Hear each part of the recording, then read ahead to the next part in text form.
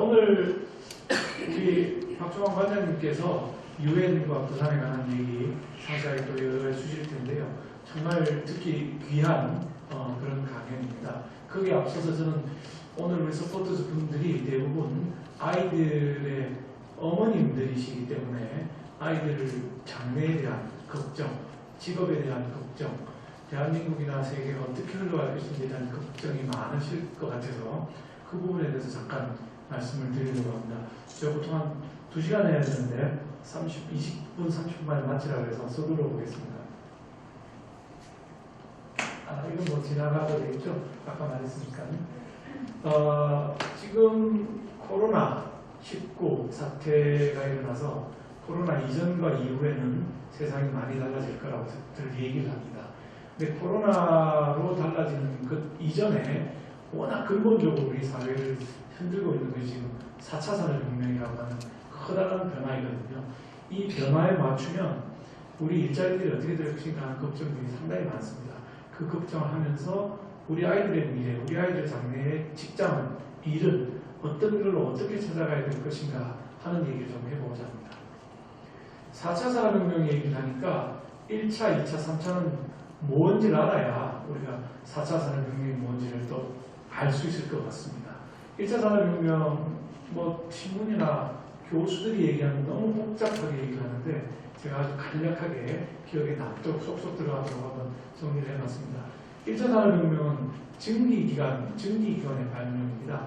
증기기관이 있을 때하고 없을 때 차이가 엄청나게 생기는데 이 보시면 왼쪽에 있는 그림은 방적기입니다. 방적기. 제임스 와트가 증기기관을 발명하고 나서 방적기가 만들어져서 방적기로 실을 잡게 되고요. 오른쪽은 이제 증기기관차입니다. 증기기관차. 자, 저게 없을 때하고 있을 때라고 생각해 보면 그 전에 없을 때는 무슨 힘으로 동력을 이용했냐면 사람의 힘입니다. 사람의. 그러니까 실을 하나 만들어도 사람이 손으로 다 만들어야 되고 어디를 이동하려고 해도 사람이 걸어가든지 소를 타고 말을 타고 이렇게 걸어가야 되는 상황이었습니다. 근데 증기기관이 만들어지고 나니까 사람이 혼자서 옷을 지으면은 한 열흘 걸려서 한 벌 정도의 셔츠를 만들 수 있는, 게 고작 만들 수 있는 수준이었습니다. 근데 제임스 와트가 증기기관을 만들고 나서 영국의 방적기가 만들어지니까 하루에 100벌씩 옷이 막 나오기 시작한 겁니다. 자, 열흘에 한 벌 만들던 경제에서 하루에 100벌이 나오는 경제로 바뀌니까 엄청난 변화가 되겠죠. 이래서 이제 혁명이라는 단어를 우리가 붙이게 되는 겁니다. 오른쪽에 있는 증기기관차 같은 경우는 예전에 우리가 부산에서 서울까지 옛날 과거 급제를 하고 때 올라가려면 보통 40일이 걸렸다고 합니다. 40일. 부산에서 걸어서 중간중간에 자고 서울 직장에 가서 일관도 정지하고 그리고 서울까지 가면 40일이 걸렸다고 하는데 증기기관차가 생긴 이후 제가 어제 KTX를 타고 왔는데 KTX는 2시간 15분 만에 서울에서 부산에 도착을 지금 하고 있는 상황입니다. 자, 40일 걸리는 게 KTX는 2시간 15분, 증기기관차로는 글쎄 몰라도 한 10시간이면 갈 수 있지 않았을까? 이렇게 생각합니다. 얼마나 많은 큰 변화이겠습니까? 그죠? 그래서 사람의 소통도 굉장히 좋아지고 여기 제일 많이 혜택을 보는 나라가 영국입니다. 영국이 증기기관을 발명하다 보니까 세계 방직 산업, 섬유 산업을 완전히 장악을 하고 세계 무역에서 압도적인 우위를 보이게 됩니다. 그래서 나왔던 유명한 말이 있죠. 대영 제국의 해는 지지 않는다. 전 세계의 식민지를 만들 수 있었던 것이 산업경쟁력이 뒷받침됐기 때문에 됐고 그 산업경쟁력 뒤에는 혁명이라고 불리는 기술의 발전이 있었다는 거죠. 자, 다 잊어버려도 좋은데 1차 산업혁명은 증기기관이라고 하더라. 제임스 와트가 증기기관을 만들었다고 하더라. 2차 산업혁명은 전기입니다. 지금 여러분들이 올라오실 때 엘리베이터도 타셨을 거고요. 지금 에어컨이 들어가고 있고 제가 파워포인트를 사용해서 특강을 하고 있고 전등이 있습니다. 이 전기가 있었던 때하고 없었던 때하고 완전히 혁명적으로 삶이 바뀌었겠죠. 과거에 집에 냉장고 생각할 수 있었겠습니까? 36층짜리 아파트 생각을 할 수가 없죠. 어떻게 걸어다닙니까? 엘리베이터가 없는데, 전기가 없는데, 그죠? 그래서 에디슨이 전구를 만들고 나서 산업 생산성이 엄청나게 올라가게 됩니다. 왜 그러냐 하면 낮에만 일하는 거를 이제는 밤에도 일을 할 수 있게 됩니다. 그래서 산업혁명, 그래서 2차 산업혁명은 전기를 기반으로 하는 혁명이 일어나게 됩니다. 근데 이 주제하고는 좀 상관없지만 조금 민감한 얘기 하자면은 이때 이제 커피가 영국에 대거 보급이 되게 됩니다. 커피는 원래 사악한 음식이라고 해갖고 이 보급을 안 하고 있었는데 산업혁명이 시작되면서 런던의 테임스강이 오염되기 시작하고 그 물을 먹고 근로자들이 막 아프기 시작하는 거예요. 근데 전기가 들어와서 24시간 생산이 가능해지니까 근로자들이 아프면 안 되는 겁니다. 아프지 않고 밤에 졸지 않고 작업을 해야 되는데 이제 물이 들어오니까 술을 먹은 겁니다. 술은 증류에서 나오지 않습니까? 그러니까 막 그 일을 하다가 다치는 사람도 나오고 술 취해서 자는 사람도 나오고 엉망진창이 됐거든요. 그래서 영국에 고민을 해보니까 이 끓인 물에 먹는 커피를 먹으면은 아프지도 않고 오염된 물이 아니니까 그 다음에 또 야간에 작업이 가능하고 24시간 작업이 가능한 거예요. 그래서 카페가 많이 생기기 시작하고 커피가 보급돼서 지금은 이제 우리 일상적으로 먹는 커피가 그때 광범위하게 확산이 됐습니다. 아마 요즘에 이게 커피를 이런 목적으로 보급을 했다면은 향정신성 의약품이라든지 아니면 자본이 노동을 착취하려고 만들었다 해가지고 민노총에서 들고 일어나서 데모를 할지도 모르는 이런 기호식품이 커피인 것입니다. 오른쪽은요, 포드 자동차 회사에서 T1이라고 하는 최초의 대중형 자동차를 생산하는 모습입니다. 그전에는 수작업으로 자동차 한 대 만들려면 뭐 거의 6개월씩 걸렸다고 하는데 헨리 포드가 이 차를 만드는데 저 밑에 보이는 것 때문에 밑에 보이는 게 컨베이어 벨트입니다. 전기가 있으니까 컨베이어 벨트가 돌아가는 거죠. 그래서 사람들이 차를 만드는데 자기 자리에 있어서 나사 하나만 내 담당인 거예요. 그건 난 열심히 좋으면 컨베이어 벨트를 쫙 다 돌고 나면 자동차가 생산이 되게 됩니다. 그래서 포드가 그때 자동차의 대중적인 공급에 엄청나게 기여를 했는데 자동차 가격이 1년 월급을 모으면 살 수 있는 이런 가격으로 자동차의 대중화를 했던 게 T1 모델입니다. 이런 것들 전부 전기가 없으면 상상이 안 되는 생활의 변화를 우리가 가져오게 되는 것입니다. 그래서 우리가 혁명 이런 거죠. 3차 산업혁명은 여러분 잘 아시는 것처럼 컴퓨터와 인터넷을 중심으로 하는 혁명입니다. 제가 클래스 오브 96니까 하버드 대학을 94년도에 하버드 대학을 갔습니다. 갔는데 한국에서 제가 PC통신이라는 걸로 여기 어머니들은 잘 모르실 거예요. 전화기에 연결해갖고 게임을 하나 벽돌 깨기 이런 걸 다운받는데 밤새도록 다운받아야 하나 다운받아가지고 게임을 할 수 있는 PC통신이라는 걸 하다가 하버드 유학을 딱 갔더니 인터넷이라는 게 있는 거예요. 제가 94년도에 야후가 처음으로 등장을 합니다.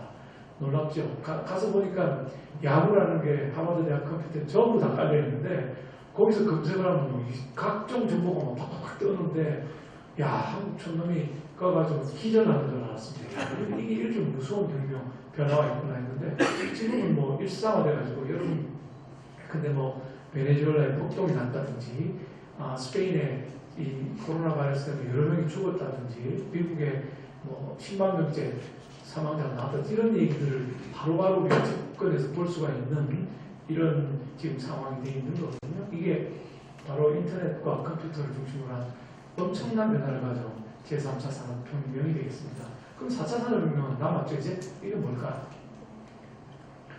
4차 산업혁명의 총괄은 AI, 핵심은 Artificial Intelligence라고 하는 인공지능입니다. 인공지능을 중심으로 해서 이 얘기는 처음에 클라우스 슈밥이라고 하는 다보스 포럼을 연 세계경제 포럼의 회장님이 2016년 1월에 처음으로 이제 제4차 산업혁명이 진행되고 있다 이런 얘기를 처음 하셨습니다. 그래서 AI로 인한 변화가 우리 1차, 2차 산업혁명처럼 큰 변화를 지금 가져오고 있는데 구글의 4차 산업혁명이라고 하는 검색을 제일 많이 하는 나라가 대한민국이라고 합니다.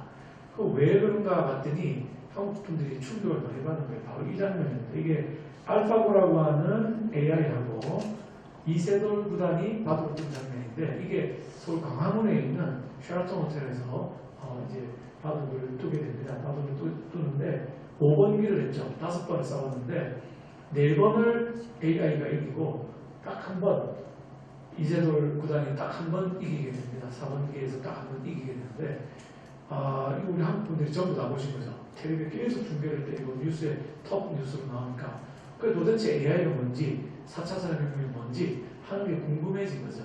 그래서 다른 나라보다 먼저 사실은 4차 산업혁명이나 AI에 대한 생각들을 하고 검색을 하기 시작해서 구글에서 한국에서 가장 많이 검색한다 이렇게 발표를 한 적이 있었습니다. 근데 그 뒤에는 이제 알파고가 어느 정도로 진화가 됐냐면 사람들하고 바둑을 안 두겠다고 했습니다. 그 뒤에 중국 에이전트자, 일본 에이전트하고 각각 5번기를 했는데 5번 전부 다행입니다. 중국 에이전트도 지고 일본 에이전트도 다 지게 됩니다. 그러고 나서 알파고가 선언을 합니다. 우리는 이제 사람하고 안 두겠다. 재미가 없어서 해봐야 뭐 이기지도 않는데 이러고는 시작한 게 뭐냐면 알파고와 알파고의 바둑들입니다. 인터넷에 찾아보시면 알파고는 시리즈로 계속 나옵니다. 지금 그냥 알파고 처음 나온 거고요.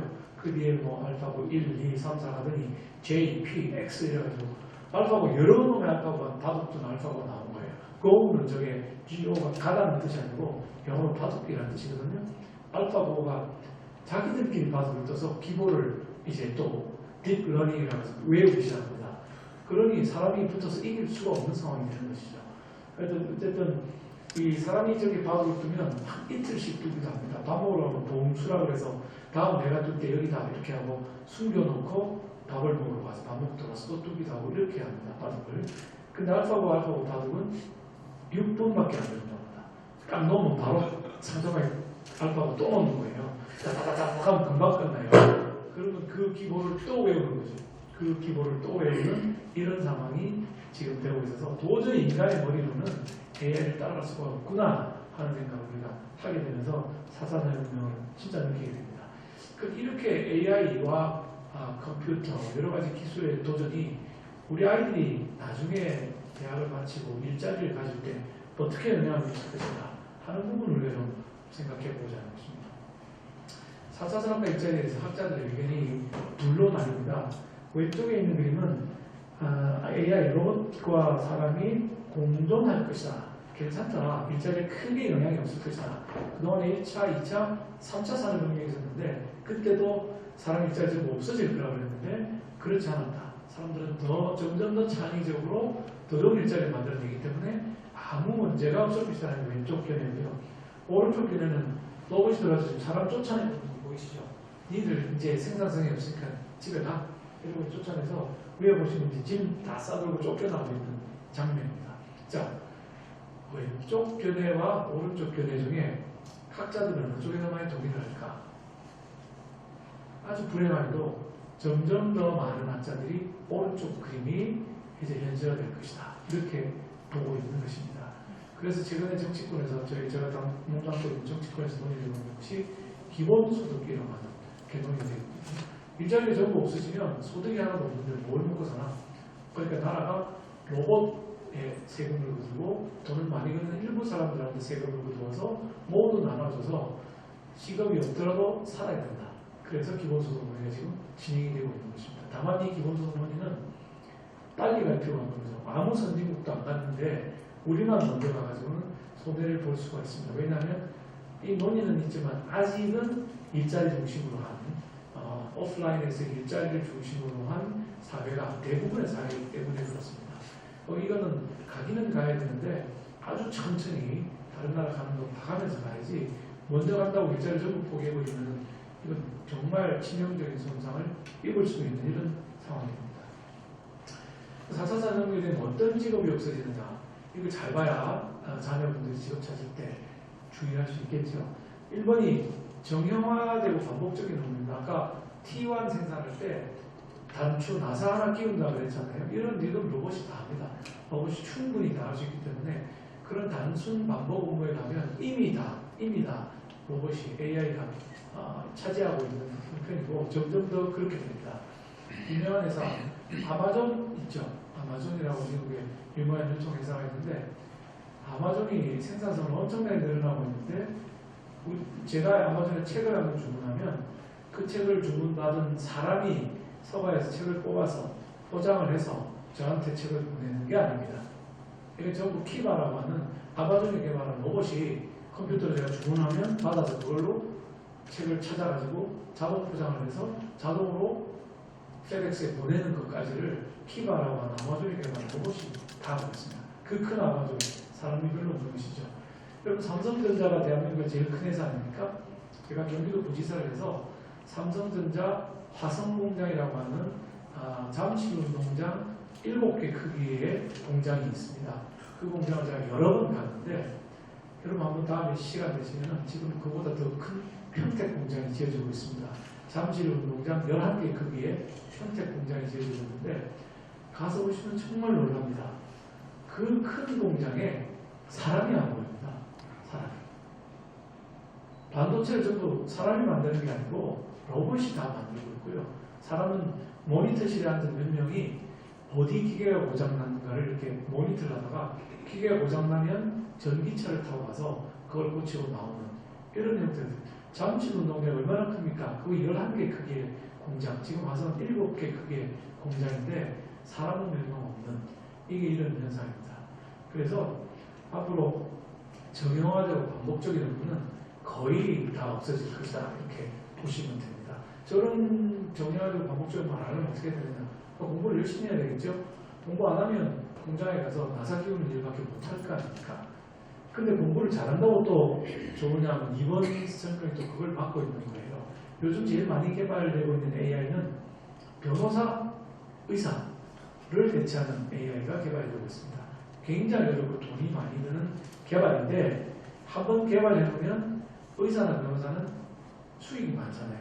그걸 대체하니까 가성비가 나온다고 생각을 하고 이제 왓슨이라고 하는 AI 로봇이 나와서 변호사 역할, 비서 역할 이런 것도 해주고 우리 병원에 가면 웬만한 큰 병원, 서울대병원, 삼성병원 같은 큰 병원에 가면 AI 로봇이 수술도 하고 있습니다. AI 수술이 훨씬 더 정교하다 이래가지고 하고 있는 상황이기 때문에 두 가지가 없어지는 거죠.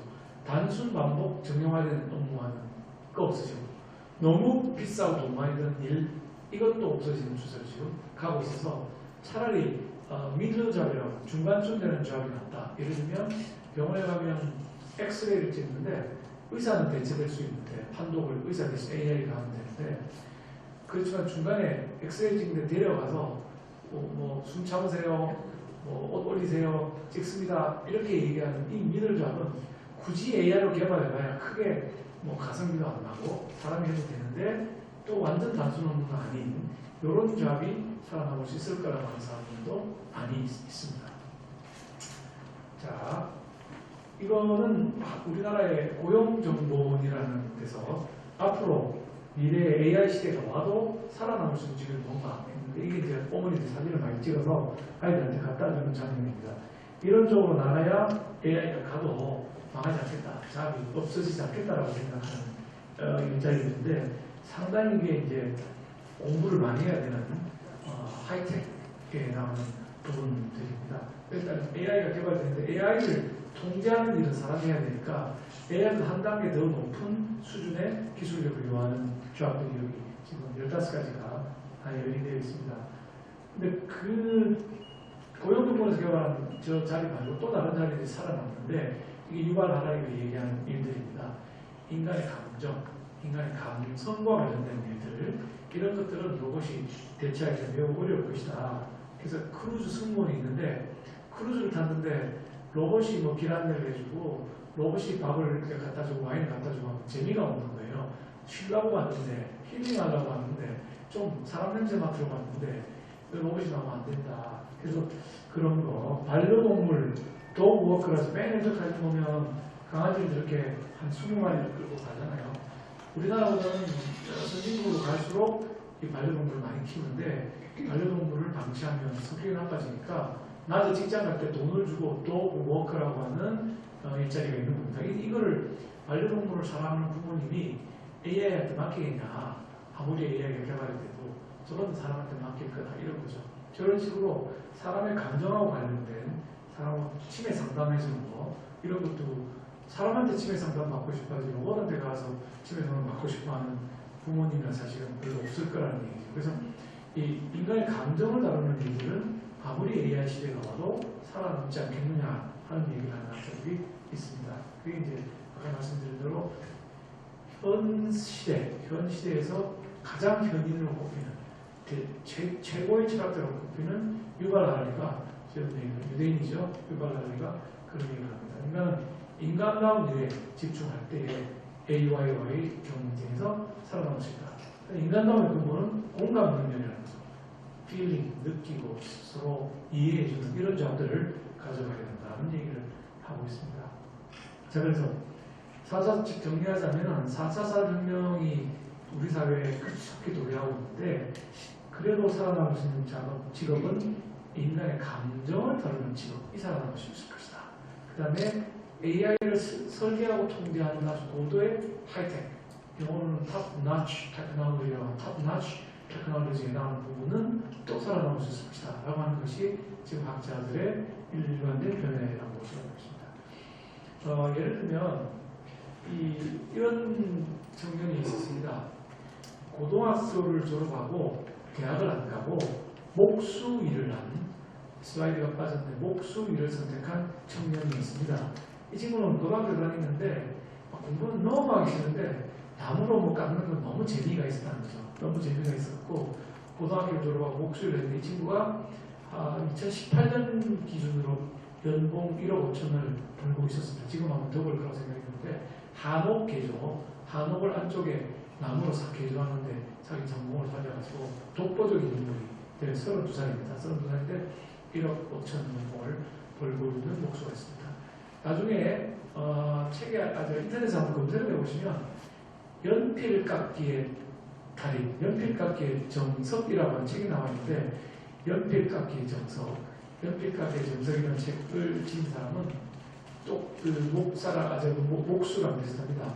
이게 공부는 너무 많이 쓰는데 자기는 나무를 깎는 걸 너무 좋아하는 거예요. 근데 고등학교 졸업하고 어떻게 살 건가 고민을 해봤더니 연필을 깎자. 우리가 기계에 연필을 이렇게 돌려 깎으면 끝이 너무 뾰족하잖아요. 너무 뾰족해가지고 이렇게 쓰려면 또 한참 빙빙빙 돌려가지고 약간 뭉퉁하게 만들어서 써야 되는데 이분은 칼로 연필을 너무 잘 깎는 거예요. 근데 이 연필을 뭐 하느냐? 잡으면 딱 쓰기 좋게 상태로 된 좋은 연필, 향기 나는 연필을 자기가 만들고 그 연필에서 또 칼로 잘 깎아가지고 이걸 파는 거예요. 누구한테 파느냐? 누구한테 파느냐? 아마존, 페이스북, 뭐 구글, 마이크로소프트 이런 데 있는 CEO들한테 우편으로 보냅니다. 이분들이 책상에 그 연필 한 닷을 딱 꽂아놓고 쓰는 거예요. 딱 뽑으면 바로 좋은 향기도 나고 잘 깎은 연필이에요. 따다다 쓰고 던져버리고 또 쓰고 그 다음날 또 한 타스가 또 오는 거예요. 그렇게 계속 바꿔서 쓰는 거지. 이 사람이 연필 깎는 걸로 떼돈을 버는 거예요. 그런 책을 썼습니다. 여러분 상상이 안 되죠? 근데 그게 가능한 거예요. 그렇게 돈을 버는 사람이 이제 나온다는 거죠. 여러 가지 다양한 직업들이 있는데 그럼 직업을 어떻게 알 수 있느냐? 이 다음 표를 이제 보시면 자 일을 고르는 기준이 세 가지가 있습니다. 좋아하는 일, 잘하는 일, 돈 되는 일 세 가지가 있습니다. 우리 어머니들이 서포터스 분들은 아마 안 그러시리라고 봅니다만 대부분의 99%의 한국의 어머니들은 자식들한테 뭐를 고르느냐? 돈 되는 일, 그죠? 돈 되는 일, 돈 되는 일을 보내는 겁니다. 근데 돈 되는 일로 보내는 게 굉장히 위험한 일입니다. 제가 여기도 부지사를 하고 있는데 서울대학을 나오고 삼성전자에 들어간 사람이 1년 만에 삼성전자를 때려치우고 엄마가 손을 잡고 엄마가 끌려가지고 저한테 상담을 하러 온 거예요. 근데 이 친구하고 얘기를 해보니까 자기는 정말 하고 싶은 게 노래였는데 기타 치고 노래 부르는 거였는데 엄마가 학원 가라고 해서 음친하니까 열심히 학원 가고 공부 열심히 해서 서울대 가고 공부 열심히 해서 삼성전자 합격을 했는데 가사에 보니까 이게 자기가 좋아하는 일이 아닌 거야. 너무 힘들고 좋아하지 않으니까 재미도 없고 너무 힘들어서 때려치워버리고 가수를 하겠다고 나온 거예요. 근데 사실 어려워요. 그 나이에 대학까지 다 들어가고 그때 노래 시작해가지고 성공하기가 거의 불가능하거든요. 그러니까 어머니들이 미리미리 각을 잘 잡아주셔야 돼요. 그래서 제일 순서가 우리는 돈 되는 일, 뭐 잘하는 일, 좋아하는 일 이렇게 가는데 이게 이제 거꾸로 가야 된다는 거죠. 돈 되는 일, 잘하는 일, 좋아하는 일 찾아가는 게 아니고 아이들이 좋아하는 일을 먼저 찾아야 돼요. 좋아하는 일은 지겹지가 않아. 오래 할 수 있어요. 그래서 만 시간의 법칙이라는 게 있는데 한 10년 하게 되면 잘하게 돼요. 잘하고 나면 이게 또 돈이 되는 거야. 또 떼돈을 벌지는 않더라고. 이제 AI 시대에 뭐 과거에 정주영 씨나 지금 이병철 씨 같이 이렇게 떼돈을 버는 건 상상하기 어렵거든요. 일상적인 삶을 살아가는 정도로 가는 사람들이 대부분일 겁니다.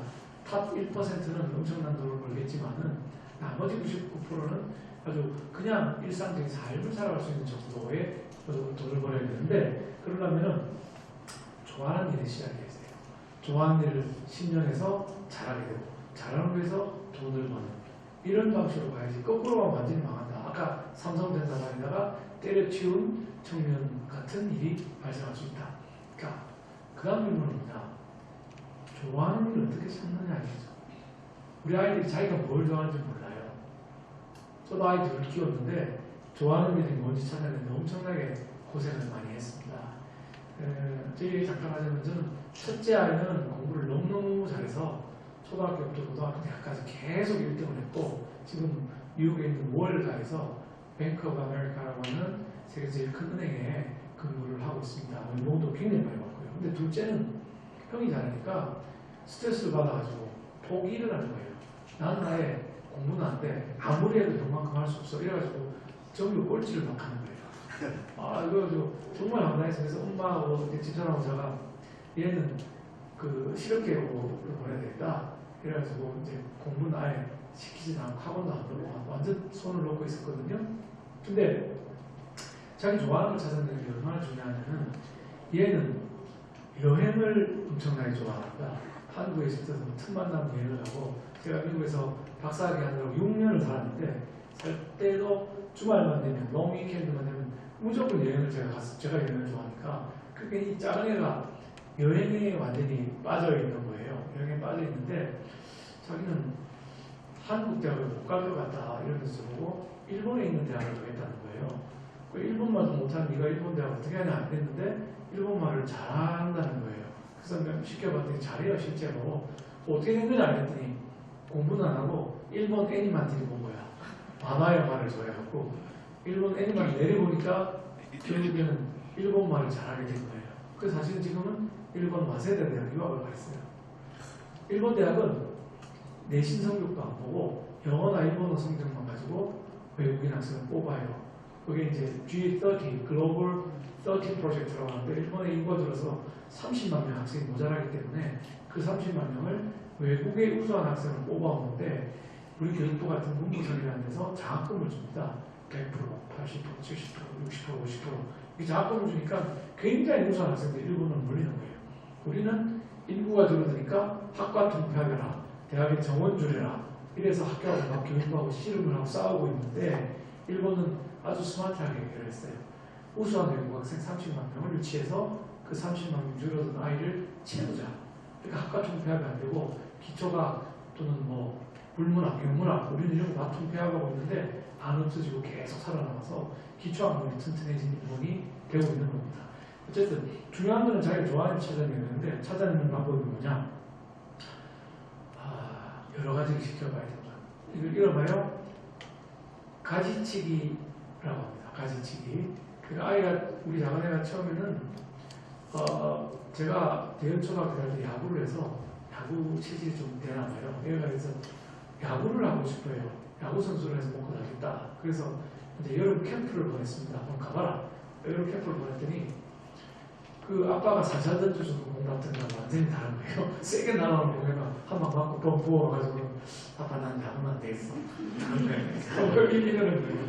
그래가지고 이제 뭘 또 하겠냐 했더니 음악을 하겠다고 해서 바이올린을 가르쳤는데 뭐 한참 하다가 이거 아빠 이거 도저히 이걸 먹고 다른 건 안 되겠어요. 이거 포기하고 여러 개를 포기합니다. 이렇게 포기했는데 딱 남는 게 뭐냐?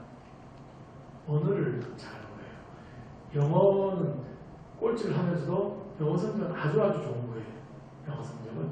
그래서 보니까 요즘 보니까 지금 일본말도 잘하고요. 스페인어도 또 잘해요. 일본 가서 배워갖고. 그러니까 언어에 내가 잘한다 생각이 드니까 그 언어를, 외국어를 자꾸 키워나갔고, 그게 자기가 궁극적으로 하고 싶은 여행업하고 연결이 되는 거잖아요. 세계 각국을 돌아다니고 하니까. 그렇게 하니까 밤새 공부를 하는 거야, 이게. 공부를 뭐 영어, 일본어, 스페인어를 밤새 공부를 해서 지금은 우리말까지 해서 4개국어에 아주 능통한 상태가 되어 있습니다.